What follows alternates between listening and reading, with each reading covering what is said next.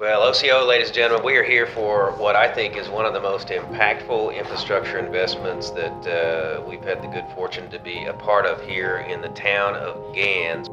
Gans was historically a railroad town. It was founded in 1902, as many of the other small towns in the area were, as a railroad town as part of the Cherokee Territory, Indian Territory, before Oklahoma was a state, which I find to be fascinating and significant, because here we are in 2023 and the Cherokee Nation is still taking care of these small towns,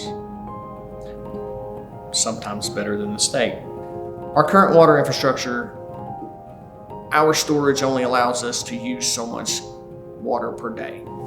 We are at max usage per day. We cannot add one single water meter.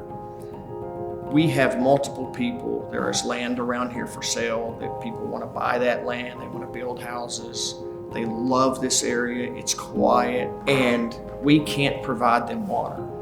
I reached out to Darrell Legg, council member for the Cherokee Nation, and just was discussing with him my issue with this main line and how it may affect us later. And a few weeks later, he called me on a Friday and said, "Hey, I've got $1 million. I want to give you half of it to fix your water problem."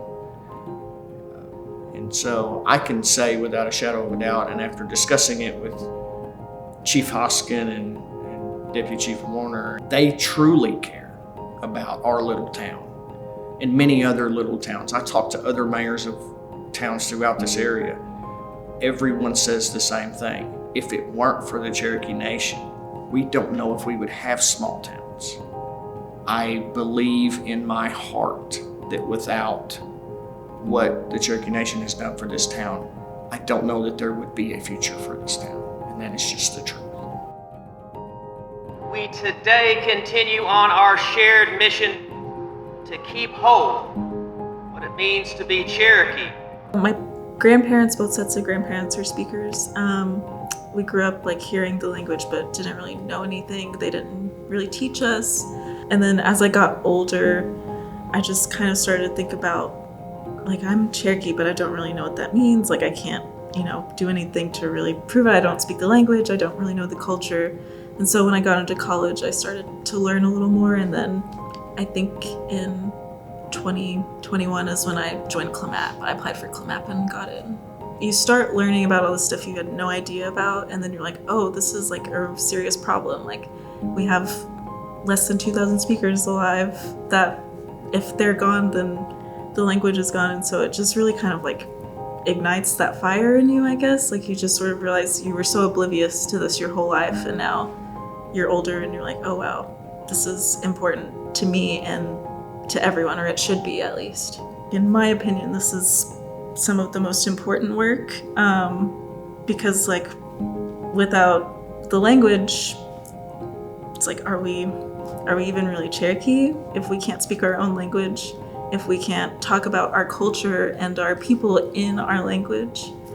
Teaching the language and learning the language and speaking the language should be a priority and must be a priority if we want to save the language, if we want to keep being Cherokee. This means we're going to do substantially more to address a problem that affects every one of us, and that is the problem of addiction. My mother's Cherokee. My father was Oglala Lakota from South Dakota.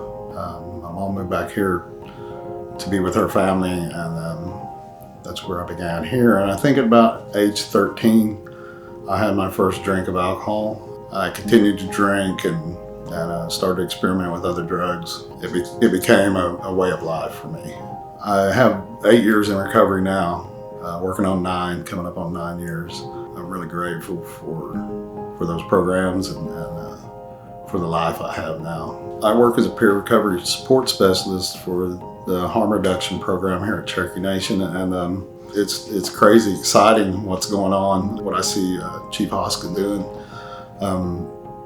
And the things that I hear, that are coming in the future, the amount of services that are being created to help people such as myself. I think the pharmaceutical companies should be held accountable, and I think this is, I think what we're going to be dumping the money into that's received from those lawsuits and stuff is exactly the way that it needs to be used to help people instead of just locking them away in a justice system or something and bringing them under that kind of judgment.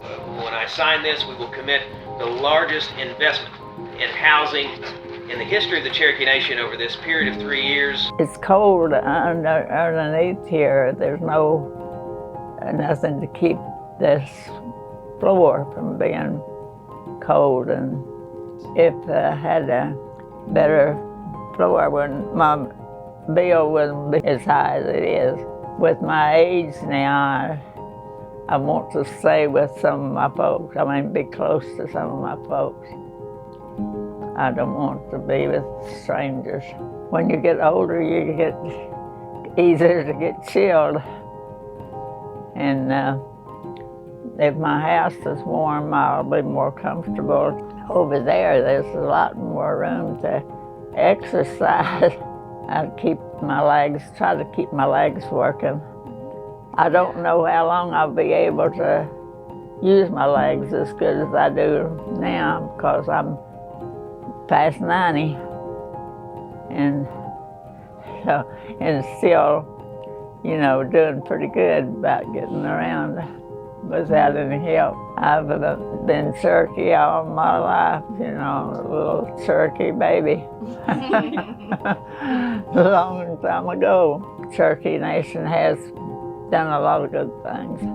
I hope that they continue to help the older people, older Cherokees, to have a longer and more, a better life. I love what Cherokee Nation has done and continues to do, and I am eternally grateful for their help, their assistance, their support, their encouragement to continue to pursue further endeavors